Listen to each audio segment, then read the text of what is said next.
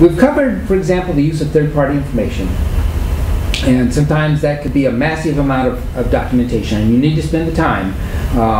You know, if it's 20 hours going through all the documentation, then that's what it takes. You should not short the time that you spend on third-party information and reviewing that. We've talked about doing a clinical interview and some of the strategies in doing a clinical interview.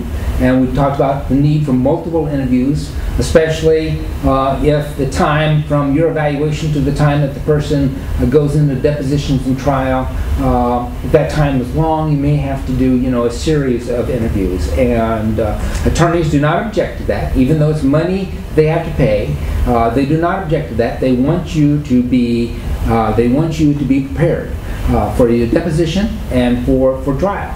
And so if you say you've done multiple interviews, they love that, because that impresses the jury, it impresses the judge, and so it's very important that you not short yourself on the need for doing clinical interviews.